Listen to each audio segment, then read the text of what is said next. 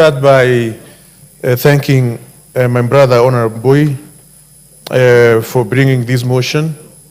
And Mr. Speaker, last year, I had a similar motion in this House, where we discussed CBC into details, and this House resolved quite a number of issues as far as CBC is concerned.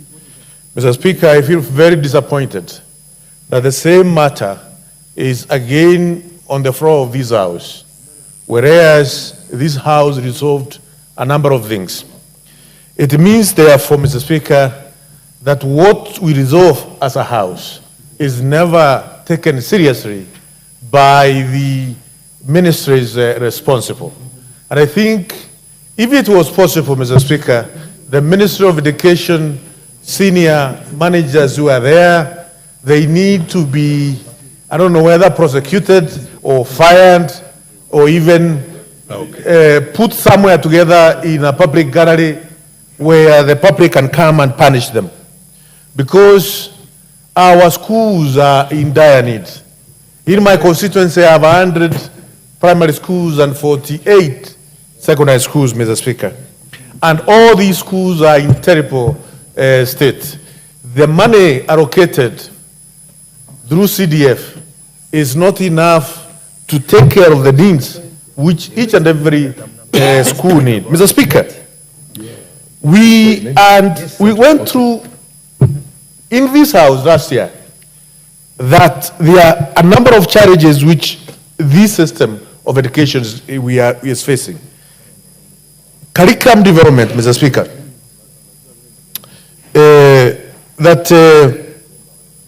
Curriculum development is a very serious issue which needs to be taken extremely serious by those who are responsible.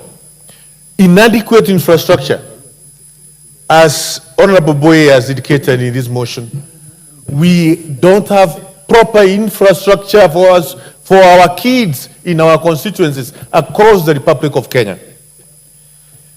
Inadequate training, teachers training, as far as the CBC curriculum is concerned. Limited access to technology. One of the key goals of CBC is competency in technology, literacy in technology. How many schools in our constituencies we have these devices in our schools? Very few of them, Mr. Speaker. Lack of parental and community involvement, as the chairman of education has said. This is a curriculum system which requires proper involvement of parent and community. The Ministry of Education has not taken this seriously. And we mentioned this last year. We debated this last year. But we have not seen the effort from the Ministry of Education involving the parent, involving the communities as far as the CBC curriculum is concerned. Overburdening the parent, Mr. Speaker, as you know, some of us are parents, and our young daughters and sons are going through this system, and we know what it means as to run this curriculum system. And we ask ourselves, if some of us can feel the burden, what about the very poor in our villages, Mr. Speaker, the people we represent, those who are at the bottom of the pyramid? Mr. Speaker, this is something which the Ministry of Education needs to come up with, to think about it as quickly as possible. Also, Mr. Speaker, we said there is a way forward. Curriculum development to be taken seriously, teachers training to be taken seriously, and more teachers to be trained by TSC, running resources to be provided, monitoring and evaluation to be proper, involvement of parent and community to be done. And Mr. Speaker, we talked about legal framework, that there is no proper legal framework as far as the CBC implementation is concerned. We need to have an amendment of Basic Education Act of 2012, Mr. Speaker, and I think some of us can take that matter, but it will move faster if the chairman of Education Committee can take it as an amendment of the committee. Access to assessment and evaluation, Mr. Speaker, to be done properly. Funding, Mr. Speaker, Mr. Honorable, no, you have half a minute. Speaker. So, Mr. Speaker, funding to be put in place. It is better, we even say we are not going to fund some sectors of our society, Mr. Speaker. Education, it pains the poor.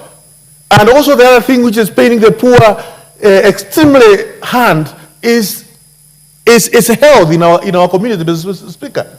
So we need universal funding as far as education is concerned, from primary to secondary to university.